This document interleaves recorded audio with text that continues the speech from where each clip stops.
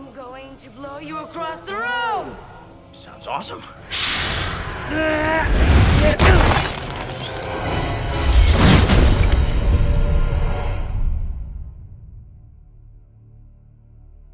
Sometimes with movies, you just have to be cautiously optimistic when a sequel to a film you like comes out multiple years after the last movie. Scary Movie 5 was rumoured about for years after Scary Movie 4, leading to multiple fan trailers, posters and even scripts that were actually much better than the movie we got.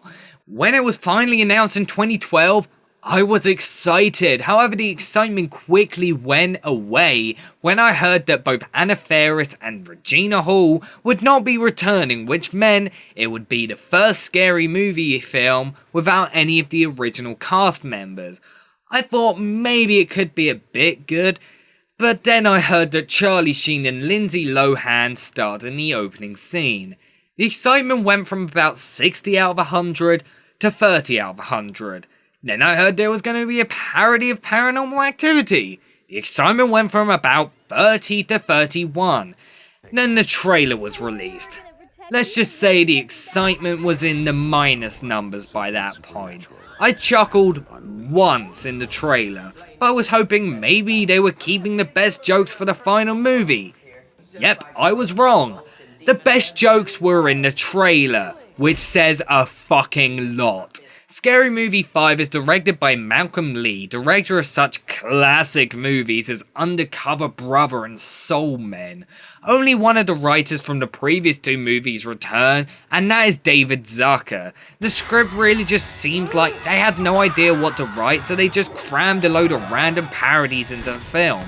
The majority of the parodies make no sense, come out of nowhere, and feels like they should have been in a Seltzerberg movie rather than a film written by one of the writers of Airplane, The Naked Gun, The Kentucky Fried Movie, Ruthless People, and the criminally underrated Basketball.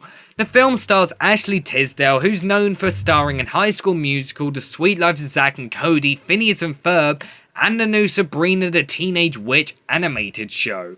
For the star of the movie, they literally got an actress who's best known for being in kids shows. And it definitely shows. She barely says or does anything that would make the film a PG-13, and when she does, she looks really uncomfortable doing it. In fact, speaking of the rating, I think this film could be a PG if you took out a couple of the jokes. The film mainly consists of crappy slapstick and really unfunny pop culture references. Every single scene feels incredibly forced, and they never seem to go anywhere. They mainly just aimlessly wander around for a few minutes and then end with a bullshit climax that lasts 2 seconds. There were multiple reshoots, which may be the reason why a lot of the film feels muddled and rushed, but still, we now live in an era when the day a new movie comes out, there can be a parody of it online that parodies every key plot point. This obviously put the filmmakers under a lot of pressure, and they went in and added more parodies of a lot of newer stuff. They parodied Mama, Sinister, The Cabin in the Woods, and the Evil Dead remake. The Evil Dead is the most obvious of these reshoots because the jokes make no sense, and the film literally was released a week after the Evil Dead remake came out. The plot is extremely thin and you never actually know what's happening, why the character is doing what they're doing, and what the result will eventually be. For this reason, you don't feel invested with the film at all because it's obvious that the people making it sure as fuck weren't. Half the movie feels like the writers sat around for hours trying to think of jokes and just wrote down every little joke they had, no matter how bad it was. No joke works at all, and I mean, not a single joke. That's quite bad when your comedy doesn't generate a single laugh. The movie just consists of random jokes making fun of whatever is popular at the time. I'm sorry, but I'm really not interested in Medea and 50 Shades of Grey parodies when they're done terribly, come out of nowhere, don't even make fun of the source material very well, and have been done much better by people on YouTube.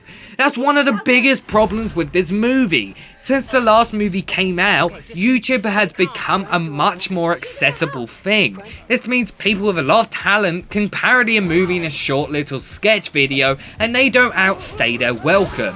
They have a short little time slot where they can use only their best jokes. Scary Movie 5 just felt like the writers just kept writing no matter what, parodied anything that came to the top of their head and didn't care if the jokes were funny or not. The parodies aren't cleverly done at all. It goes into Seltzerberg territory, where instead of actually making smart points and jabs at the movie, they just recreate a bunch of movie scenes and add really shitty jokes to them. Here's an example. Remember the scene in Black Swan where Natalie Portman and Mila Kunis make out, and then the next day Mila Kunis denies all of it? Yeah, well, what if they did this scene again, but it turned out they did a lot of freaky sex stuff and it was captured by the cameras. Ah yes, that is hilarious. No sarcasm in that sentence at all. There are a few parodies that are ridiculously pointless, as they are parodies of films that came out multiple years prior to the actual movie. Rise of the Planet of the Apes and Help are both parodied, and those movies came out in 2011. Black Swan and Insidious are also parodied. Those films came out in 2010. What's the point in reshooting and adding in more modern parodies if you're just gonna keep in the parodies that are incredibly outdated and forgettable? The one thing that I thought was actually close to being funny was the cameo from Snoop Dogg and Mac Miller. The cameo has no purpose and I can barely remember what happened, but I remember thinking that it was almost funny, and I think I may have even given a slight chuckle to one of the things they said.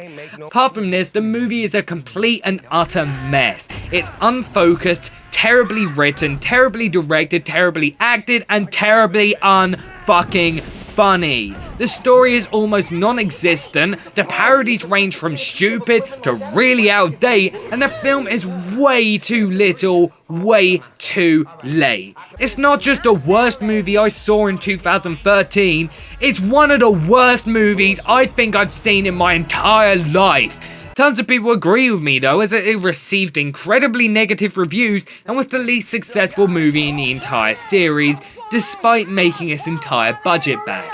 I expect the Scary Movie 5 is the final nail in the coffin for the series, which is a shame. The Wayans brothers were actually originally requested to return for this movie, and I wish they did. However, Marlon Wayans did write and star in his own Paranormal Activity parody last year called A Haunted House. It's actually not that bad, it's not very good, but it has a lot of funny moments. The third act is absolutely atrocious though. There was also a sequel to that movie that was released this year. It received incredibly negative reviews despite a lot of people saying that it's actually quite funny. But then the first The Haunted House received negative reviews, and that was kind of funny, even if it wasn't a very good movie. I guess neither are good movies, however they have some funny jokes, similar to the first 4 Scary Movie films. This is not something I can say for Scary Movie 5, which is an absolute abomination of cinema. I give Scary Movie 5 a G-. And that was the Scary Movie series. It was funny, but none of the movies are really any good except for possibly the first one. Now it's time to rank the movies from worst to best. The 5th and worst is Scary Movie 5, although was that very surprising? 4, Scary Movie 4. Number 3, Scary Movie 2. Number 2, Scary Movie 3, and the number 1 and best in the series, the original Scary Movie. Right, back to regular horror movies. I've still got a long list of reviews I need to do, and I'm really pacing myself through the writing process of the list. So depending on if I can be bothered to record and edit the reviews, the next few series should be out every week or two. So come back for my reviews of the Phantasm movies.